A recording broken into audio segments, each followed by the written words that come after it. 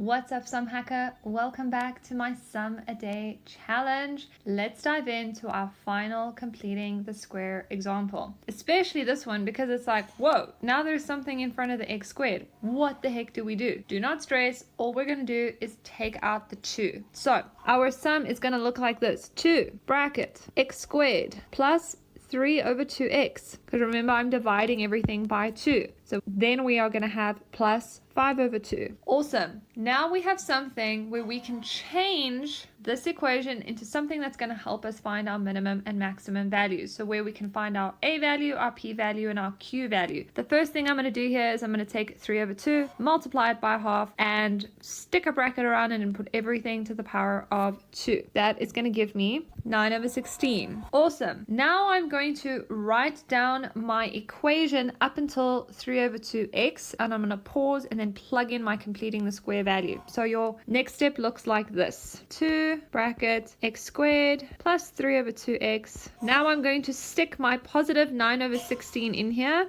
and I'm going to close my bracket. And immediately I'm going to minus 9 over 16. And then I'm going to stick what was left in my original equation, which is plus 5 over 2, into the back half of my new equation. But one thing I mustn't forget is to put my square brackets in. There, now we are cooking with gas. So the next step that I want to do is write down my 2, my big bracket, and then I'm going to have a little bracket squared. And then I'm going to immediately simplify my q value, which is negative 9 over 16 plus 5 over 2, which gives me positive 31 over 16. And then I'm going to close with my square bracket. Now I'm going to work with my bracket that is squared. I'm going to stick an x in the front here because the square root of x squared is going to give me x. Then I look at the c value, which is currently 9 over 16.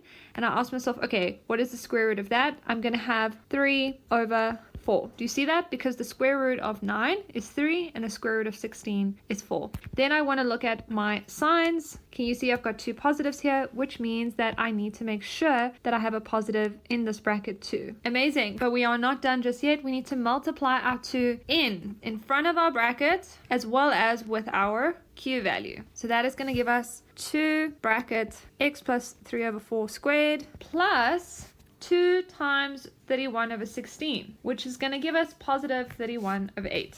Amazing. Can you see now that we have our a value, our p value, and our q value? So now I can ask myself, do I have a minimum or a maximum value? I have a minimum because my a is positive. Number 2, what is the actual minimum value? It's my q, right? And in this case, it's 31 over 8. And then number 3, for which values of x would we be able to find this minimum value? All you would do is say x plus 3 over 4 is equal to 0. Solve for x, and you would get an answer of negative 3 over 4. And those answers would be 100% correct. So well done, Sum Hacker. That is it for today. If you reached the end of this video, please let me know in the comments if this was helpful. Plus, be sure to subscribe for more daily practice sums that are going to help you nail your grade 11 maths. I cannot wait to see you in the next one.